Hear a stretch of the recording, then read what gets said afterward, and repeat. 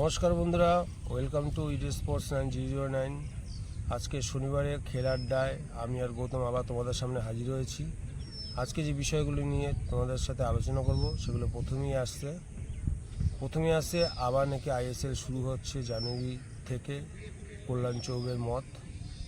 2 নম্বরে যে বিষয়টি নিয়ে আলোচনা করব সেটা হচ্ছে, তোমরা ইতিমধ্যে জেনে গেছো সবাই যে মোহনবাগান প্র্যাকটিস বন্ধ করে দিয়েছে এবং সেটা ঠিক হলো কিনা সেটা নিয়ে যেমন আলোচনা করব। 3 নম্বরে যে বিষয়টা নিয়ে আলোচনা করব সেটা হচ্ছে আনোয়ার কেস। যে কেসটা গত বছরে ধামাচাপা পড়ে গেছিল, কোর্ট কেস অনেক কিছু হয়েছে। রঞ্জিত বাজাজ, ইস্টবেঙ্গল, মোহনবাগান এদের মধ্যে ভীষণ এক প্রকার ডিবেট হওয়ার পর আনোয়ার কেসটা কেমন শীত ঘুমে চলে গেছিলো।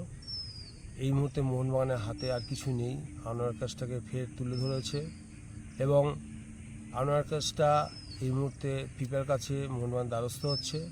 সেটা নিয়ে মোহনবাগান কতটা সুবিধা পেতে পারে সেটা নিয়ে আলোচনা হবে। তা প্রথমে যদি আমরা চলে আসি যে আইএসএল নিয়ে, যে আইএসএল শুরু করব বলে এখনও পর্যন্ত সেই আইএসএল শুরু হয়নি এবং বিভিন্ন দল তাদের প্র্যাকটিস যেমন বন্ধ করে দিচ্ছে, তারাও নিশ্চিত হতে পারছে না অ্যাকচুয়ালি এআইএফএফ আইএসএল আদৌ সমর্থন করতে পারবে কি না।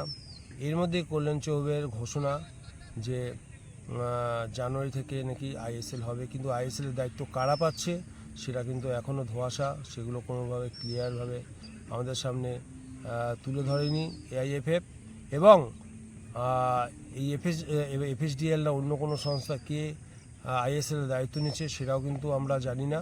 তো এই প্রসঙ্গে আমার সঙ্গে আছে গৌতম সরকার, তোমরা জানো, তার কি মতামত সেটা আজকে শুনে নেব। কি বলছিস? না, অন্য প্রতি বছর আমাদের এই টাইমে আইএসএলের ফার্স্ট ফেজের খেলা শুরু হয়ে যায়। ফার্স্ট ফেজের খেলা প্রায় শেষের পর্যায়ে চলে যায় এই টাইমে। এবছর এখনও শুরু হয়নি, দর্শক বন্ধুরা সবাই জানে।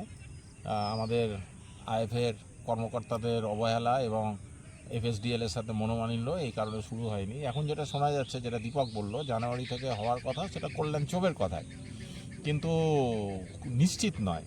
তার কারণ আপনারা হয়তো শুনে থাকবেন, ইতিমধ্যে 12টা ক্লাবের ক্যাপ্টেন তারা অ্যাপিল করছে কোর্টে যে আইএসএল যাতে শুরু করা হয় সেই জন্য। তো নিশ্চিত নয়। তো কল্যাণ চৌবের কথা অনুসারে যে জানুয়ারি মাসে শুরু হবে, কল্যাণ চৌবের আমার কোনো কথাতেই বিশ্বাস হয় না। না, কল্যাণ চৌবের কথা বিশ্বাস হবে কী করে? কারণ তিনি তো বলেছিলেন যে অক্টোবর থেকে শুরু হবে। সেটা পিছাতে এখনও পর্যন্ত ডেট ফিক্সড হয়নি। লাস্টে যে শর্তগুলো রেখেছিল মানে এই আইএসএল কারা চালাবে তাই নিয়ে যে টেন্ডারটা দিয়েছিল এআইএফএফ এবং তার যে শর্তগুলো রেখেছিল, সেই শর্তগুলো অন্তত ভারতীয় কোনো সংস্থার পক্ষে মানা সম্ভব না। একমাত্র এফএসডিএলই পারে এগুলোকে ট্রিট করতে এবং এফএসডিএল 200টা প্রশ্ন কিন্তু এআইএফএফের সামনে রেখেছিল, তার সদুত্তর কিন্তু এআইএফএফ থেকে পাওয়া যায়নি। সেই কারণে কিন্তু এফএসডিএলও কিন্তু পিছিয়ে গেছে। আমরা জানতাম কেউ যদি আইএসএল করতে পারে আর কারোর পক্ষে সম্ভব নয়। তো তারা শর্ত 50 কোটি, তাই না? 50 কোটি থেকে নামিয়ে 35 করেছিল এআইএফএফ, কিন্তু সেখানে সে ব্যাপারেও অনেকটা নিশ্চিত হয়ে গেছিলো এফএসডিএল, কিন্তু তাদের একটাই শর্ত ছিল যে অবনমনটা যেন প্রথম 2 বছরে না হয়। ঠিক আছে, সেই শর্তগুলো কিন্তু এআইএফএফকে মানছে না। আরও কতগুলো শর্ত রেখেছিল যেগুলো এআইএফএফ মানছে না এবং তাদের মধ্যে মনোমালিন্য আজকে নতুন কিছু না, গত বছর থেকেই শুরু হয়েছে। এক্সটেনশন থেকে বা রিনিউ হওয়ার থেকে বা তখন থেকেই কিন্তু এফএসডিএলের সঙ্গে কি বলে এআইএফএ কিন্তু মানে মতবিরোধ কিন্তু লেগে গেছিলো এবং এফএসডিএল তখন থেকেই বলছিল যে 50 কোটি টাকা এই প্রাইজ মানিটা কমাবার জন্য এফএসডিএল কিন্তু এআইএফএফকে শর্ত দিয়েছিল, কিন্তু এআইএফএফ কিন্তু এই শর্ত মানতে রাজি হয়নি। তারা একটু কমেছে ঠিকই, সেটা 35 কোটিতে নামিয়ে গেছে, সেটাও কিন্তু এফএসডিএল মেনে নিয়েছিল, কিন্তু তাদের আরও অনেকগুলো শর্ত কিন্তু এফএসডিএলের অনেক শর্ত কিন্তু এআইএফএফ কিন্তু মানতে চাইছে না। যে কারণে ওই আইএসএল যে তিমিরে ছিল সেই তিমিরই আছে, নির্দিষ্ট কোনো দিনক্ষণ এখনও তৈরি হয়নি। মোহনবাগানের প্র্যাকটিস সেশন বন্ধ না, সেটা ঠিক। মানে এই আবহে অনেক ঘটনাই ঘটে যাচ্ছে, মানে এফেক্টে অনেক কিছু ঘটনা ঘটছে, সেটা বলছি। আর কি বলবো? না, ঠিকই আছে। এটা নিশ্চিত নয়, আইএসএল কবে হবে না হবে সেটা নিশ্চিত না, কারণ মেন কারণ হচ্ছে স্পন্সরের অভাব। স্পন্সর যতক্ষণ না ঠিক হচ্ছে, তাহলে কি আমরা ধরে নেব যে কল্যাণ চৌবে বলছে যে জানুয়ারি থেকে আইএসএল শুরু হবে, তাহলে পুরো অর্গানাইজটা কি তাহলে এআইএফএফ করবে? তাহলে এত টাকা পাবে কোথায়? কিন্তু কখনোই সম্ভব নয় আইএফএফ। এত টাকা কে স্পন্সর করবে? না, সে কখনোই স্পন্সরের সম্ভব নাম কিন্তু ঘোষণা করছে না, ঠিক আছে?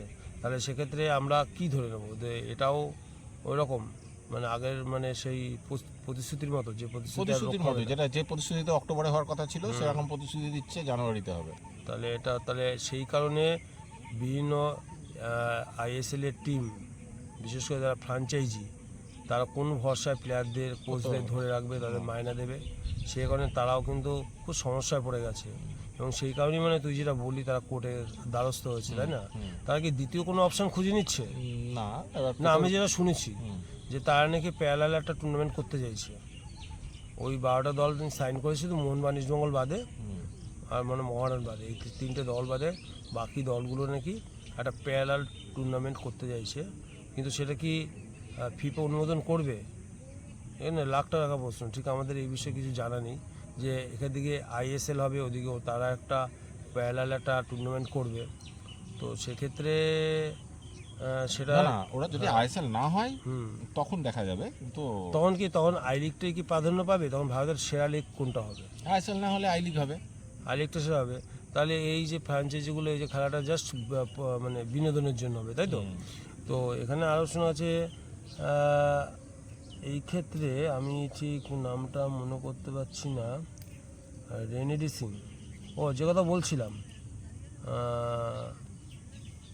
হ্যাঁ যেটা বলছিলাম, ছাংতে, মুম্বাইয়ের যে আমাদের উইঙ্গার আছে, ছাংতে আছে না, হুম, ছাংতে কিন্তু একটা কথা বলেছে যে যখন এআইএফএফ পারছে না দায়িত্ব নিতে, হুম। মানে আইএসএল যখন অনুষ্ঠান অনুষ্ঠিত করতে পারছে না বা অর্গানাইজ করতে পারছে না, তাহলে বিসিসিআইকে দেওয়া হোক না। হ্যাঁ হ্যাঁ হ্যাঁ হ্যাঁ হ্যাঁ হ্যাঁ বলেছে, হ্যাঁ বলেছে। ভালো কথাই বলেছে। হুম। বিসিসিআই কে তাহলে যাদের ক্ষমতা আছে তাদেরকে দাও। হুম, খালি তখন দেখবে স্পন্সরের ঝড় বয়ে ভালো যাবে। কথাই বলেছে, তাদের ক্ষমতা আছে, তাই উচিত না? কথা বলেছে। তো সেটা বলে রাখি আমাদের বন্ধুদের যে আমাদের প্রিয় প্লেয়ার ছাংতে সত্যি যে দলই খেলুক, হুম, এই মুহূর্তে ভারতবর্ষের কিন্তু একটা আইকন, তাই না? হুম, হুম। আমরা সাধারণত সুনীল ছেত্রী পরে যে কাউকে যদি ধরি সেকেন্ড র্যান্ড, সেটা ছাং থেকেই ধরি আমরা সাধারণত। তো সেরকম একটা প্লেয়ার নিশ্চয়ই আবহাওয়াটা বুঝতে পারছে। তো সেই কারণেই তার মনে হচ্ছে বিসিসিআই মনে হয় আইএসএলটা চালিয়ে নিয়ে যেতে পারবে। তো এই ছিল। আর দ্বিতীয় বিসিসিআই সেই ক্ষমতাও আছে, আইএসএল চালানোর মতো ক্ষমতাও আছে। বিসিসিআই যথেষ্ট ধনী, এরকম একটা ধোনি পৃথিবীর সবচেয়ে ধনী এরকম একটা বাজেটের টুর্নামেন্ট তাদের কাছে কোনো ব্যাপার তাদের না। আগের কাছে কোনো ব্যাপার না। বা হাতের খেল। শান্তি খুব ভালো কথাই বলেছে। আমরা দ্বিতীয় একটা ক্ষেত্রে আসবো, যেটাকে আমরা দেখতে পাচ্ছি এই মুহূর্তে সুপার কাপের সেমিফাইনাল ঘিরে কিন্তু ইস্টবেঙ্গলের উন্মাদনা তুঙ্গে, হুম, এবং তারা প্র্যাকটিস পুরোদমে চালিয়ে যাচ্ছে। অস্কার কিন্তু এই ট্রফিটা পেতে মরিয়া। হুম। তো তোর কি মনে হয় এই মুহূর্তে গোয়াকে মাথায় রেখে ইস্টবেঙ্গল কি দ্বিতীয় সুপার কাপ ঘরে তুলতে চলেছে? ইস্টবেঙ্গল এই টুর্নামেন্টটা পাখির চোখ করেছে, তার কারণও আছে। এটা আইএসএল দীর্ঘমেয়াদী খেলা হবে কি হবে না সেগুলো তো আছেই। এত দীর্ঘ সময়ের খেলাতে ইস্টবেঙ্গল খুব বেশি ভালো রেজাল্টও করতে পারে না। এইখানে একটা অন্য মজা আছে সুপার কাপে। টোটাল 5টা খেলা চ্যাম্পিয়ন জিতে গেলে ডাইরেক্ট AFC 2-তে চান্স। এটা একমাত্র টুর্নামেন্ট এই মুহূর্তে ভারতে। হ্যাঁ, এই মুহূর্তে টুর্নামেন্ট ভারতে যে 5টা ম্যাচ জিতে গেলে বা ভালো খেললে আর একটা খবর আমি বলে দিচ্ছি, হয়ে যায়। এই টুর্নামেন্টটা খেলেই যে সে মানে এএফসি খেলতে পারবে, হ্যাঁ, তা কিন্তু নয়। তার কারণ হচ্ছে এই মুহূর্তে ইন্ডিয়া কিন্তু ACL 2 স্লট হারিয়েছে। তার কারণ গোয়া 4 গোল খেয়েছে না অল নাসেরের কাছে, আর মোহনবাগান দল তুলে নিয়েছে। এটা কিন্তু প্রচণ্ড নেগেটিভ একটা ইমেজ তৈরি করে দিয়েছে। সেই কারণে কিন্তু যে দুটো স্লট পেত AFC 2 আর 3, ঠিক আছে, এখন ইন্ডিয়া সেরা লিগ খেলে কিন্তু ACL 3 খেলতে পারবে, 2 কিন্তু খেলতে পারবে না। আমার কথা বুঝতে পারলি কি বললাম? হ্যাঁ, তো ACL 2 তো আগে ISL চ্যাম্পিয়ন খেলতো, আর সুপার কাপ চ্যাম্পিয়ন খেলতো ACL 3, মানে হ্যাঁ। তো সেই ক্ষেত্রে কিন্তু এই মুহূর্তে যেটা সেরা লিগ, সেই সেরা লিগ থেকে কিন্তু নির্ধারিত হবে কোন দল ACL 2 খেলবে। তাহলে সেক্ষেত্রে যদি সুপার কাপ সেরা লিগ তো আমি বলতে পারবো না, কারণ আই লিগও হয়ে যেতে পারে বা ISL হয়ে যেতে পারে, কিন্তু এটা থেকেই যে তারা খেলতে পারবে কিন্তু তার কোনো কিন্তু নিশ্চয়তা নেই। কি বলিস, আমার সাথে একমত কি না? না সে তো অবশ্যই, কারণ আমার এসিএল জানা ছিল একটা টিমই যাবে এখন, মানে আচ্ছা। ওই স্লটটা কিন্তু গোয়া 4-0 গোলে হারার পর থেকে কিন্তু হুম, ওই স্লটটা কিন্তু ইন্ডিয়া পাচ্ছে না। আচ্ছা। ঠিক আছে, প্রসঙ্গ কোনো বলে রাখলাম কথাটা। এটা জানা সুতরাং ছিল। হ্যাঁ, কিন্তু এই মাত্র অস্কার বুজোকে টিকে থাকতে গেলে এটাকে তার পাখির চোখ, তুই ঠিকই বলেছিস, করতেই হবে এবং এই টুর্নামেন্টটা জিততে হবে। তার জেতার সব দলকেই হারাবার ক্ষমতা রাখে ইস্ট বেঙ্গল, শুধু একটা গোয়া। গোয়া। ঠিক আছে, কিন্তু গোয়ার প্রতিটা প্লেয়ার যে ফর্মে আছে, আল নাসেরের কাছে 4 গোল খাওয়া আমি মনে করি যথেষ্ট ক্রেডিট। ওরকম একটা ধারে ভারে দলের কাছে 4 গোল খেয়েছে আর এখানে 2-1 গোলে হেরেছে, এটা কিন্তু খুব একটা খারাপ স্কোর নয় আমি যেটা মনে করছি, তাই না? তো সেক্ষেত্রে ইস্টবেঙ্গলের বাধা হয় একমাত্র গোয়া হতে পারে, আর পাঞ্জাব কিন্তু ছাড়বে না সেমিফাইনালে, কিন্তু পাঞ্জাবও কিন্তু ছাড়বে না। পাঞ্জাব হার্ডেলটা তাকে টপ করতে হবে, তারপরে গোয়া কি বেঙ্গালুরু আমাকে সেটা দেখতে হবে কার মুখোমুখি হবে। তো এই গেল ইস্টবেঙ্গলের কথা। এবার যদি আমরা আসি মোহনবাগানের কথায়, তো এই মুহূর্তে মোহনবাগানের হাতে কোনো কিচ্ছু নেই। সমস্ত প্লেয়ারদের ছুটি দিয়ে দিচ্ছে মানে অনির্দিষ্টকালের জন্য, এবং একটাই শর্ত রেখেছে, তারা যেন নিজের বডিটাকে ফিট রাখে, অর্থাৎ ডেইলি এক্সারসাইজ বা ট্রেনিং যেন নিজের মতো করে আসে। এটা আমি শুনেছি, দেবাশিস দত্তের মুখেই শুনেছি। এবং নেক্সট টাইম আমার তো মানে ভয় ধরে যাচ্ছে গৌতম, নেক্সট টাইম যখন এই প্লেয়ারগুলো দিমিত্রি পেট্রোরাস, রবিনহো যখন ফিরবে, যেটুকু মানে মেদ ঝরিয়েছিল সেটা আবার নিয়ে ফিরবে না কি করবে, আবার তো যথেষ্ট চিন্তায় আছি। ম্যাকলারেন কি চেহারা হয়ে গেছিলো, হ্যাঁ, মানে আমার তো এই যে বিরতিটা, এটা মোহনবাগান কি আরও কি মাইনাস পয়েন্টের দিকে যাবে না, কি বলিস? মাইনাসের দিকে তো যাওয়া উচিত। নেগেটিভ খেলার মধ্যে, প্র্যাকটিসের মধ্যে না থাকলে হুম যেটা হয়, যেটা আমরা দেখলাম এবারে সুপার কাপের সময় বা ডুরান্টের সময় দেখলাম, একটা ছোট্ট গ্যাপ পড়াতে প্লেয়ারদের সব চেহারা ভারী হয়ে গেছে, মুভমেন্ট করতে সময় লাগছে। হ্যাঁ। সেখানে একটা হাতির মতো চেহারা হয়ে গেছে। অনির্দিষ্টকালের গ্যাপ, হুম সেটা তো সেরকম পর্যায়েই যাবে বলেই তো স্বাভাবিক ধারণা। তো সেক্ষেত্রে আমরা যথেষ্ট মানে চিন্তায় আছি যে সেকেন্ড আইএসএল শুরু হলে আমরা কাদের নিয়ে খেলা মানে দেখবো খেলা। এমনি তো ফার্স্ট স্লটে তো খুব বাজে পারফরমেন্স করেছে। তো এই হচ্ছে মোহনবাগানের প্র্যাকটিস বন্ধ করে দিয়েছে, আর কি বলবো, প্র্যাকটিস নেই। আর মোহনবাগানের সামনে এখন একটাই অস্ত্র, আনোয়ার কেস, অর্থাৎ মোহনবাগান এখন নাকি আনোয়ার কেস নিয়ে ফিফার দ্বারস্থ হচ্ছে। তো কতটা সুরা হবে মোহনের পক্ষে, কতটা রায় মোহনের পক্ষে যেতে পারে, কি বলিস? ফিফার আইনের বিরুদ্ধেই কিন্তু মোহনবাগান অ্যাপিল করছে, কারণ ফিফা বলেছে 1 বছরের বেশি লিজে কোনো প্লেয়ার রাখা যাবে না, তাই তো?